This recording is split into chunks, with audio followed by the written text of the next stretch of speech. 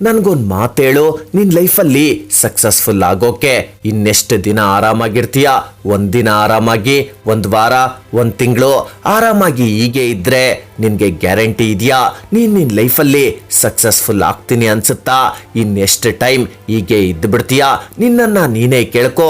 2025 ಮುಗ್ದೋಗಿ 2026 ಬಂದಾಗಿದೆ.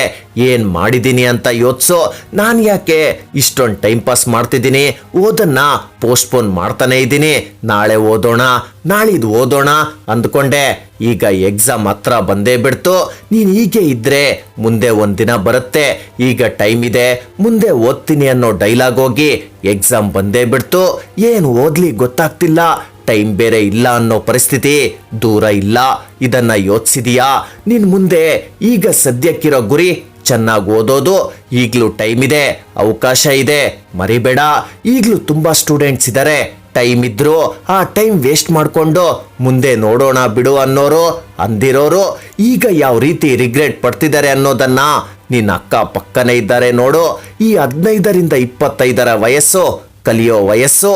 ನಿನ್ನ ಕನಸಿನಿಂದೆ ಹುಚ್ಚನಂತೆ ಓಡು. ಕೆಲವರು ಅವರ ಬಿಸ್ನೆಸ್ಗೋಸ್ಕರ ಓಡ್ತಿದ್ರೆ, ಮತ್ತೆ ಕೆಲವರು ತನ್ನ ಓದಿನಿಂದೆ ಓಡ್ತಿದ್ದಾರೆ. ಕೆಲವರು ತಮ್ಮ ಸ್ಟಾರ್ಟ್ಅಪ್ಗೋಸ್ಕರ ಓಡ್ತಿದ್ರೆ, ಮತ್ತೆ ಕೆಲವರು ಕೆಲಸ ಹುಡುಕೋದ್ರಲ್ಲಿ ಓಡ್ತಿದ್ದಾರೆ. ಇದನ್ನ ಮರಿಬೇಡ. ಈಗ ನೀನ್ ಎಂತ ಪರಿಸ್ಥಿತಿಯಲ್ಲಿದೀಯಾ ಅಂದ್ರೆ 2 ಗಂಟೆ ಫೋನ್ನಲ್ಲಿ ರೀಲ್ಸ್ ನೋಡ್ಕೊಂಡು ಇರೋ ಟೈಮ್ ಇಲ್ಲ.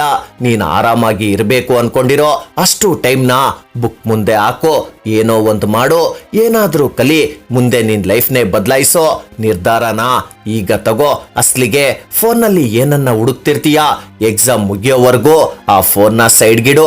ಆ ಫೋನ್ನಿಂದ 2025 ಹೇಗ್ ಮುಗೀತು ಅಂತಾನು ನಿನಗೆ ಗೊತ್ತಾಗ್ಲಿಲ್ಲ. ನಿನ್ನೆ ಮೊನ್ನೆ ಕ್ಲಾಸ್ ಸ್ಟಾರ್ಟ್ ಆದಂಗಿದೆ, ಆಗ್ಲೇ ಎಕ್ಸಾಮ್ ಬಂದೇ ಬಿಡ್ತು. ನೋಡ್ದಂಗೆ ಎಕ್ಸಾಮ್ ಕೂಡ ಮುಗ್ದೋಗುತ್ತೆ. ಈ ಎಕ್ಸಾಮ್ ನಿನ್ನ ಲೈಫ್ನೇ ಡಿಸೈಡ್ ಮಾಡಿಲ್ಲ ಅಂದ್ರು ಈ ಎಕ್ಸಾಮ್ ರಿಸಲ್ಟ್ ಮುಂದೆ ನೀನಿಡೋ ಮುಂದಿನ ಹೆಜ್ಜೆಗೆ ಶಕ್ತಿ ನೀಡುತ್ತೆ. ಅದಕ್ಕಾದ್ರೂ ಚೆನ್ನಾಗಿ ಕಲಿ.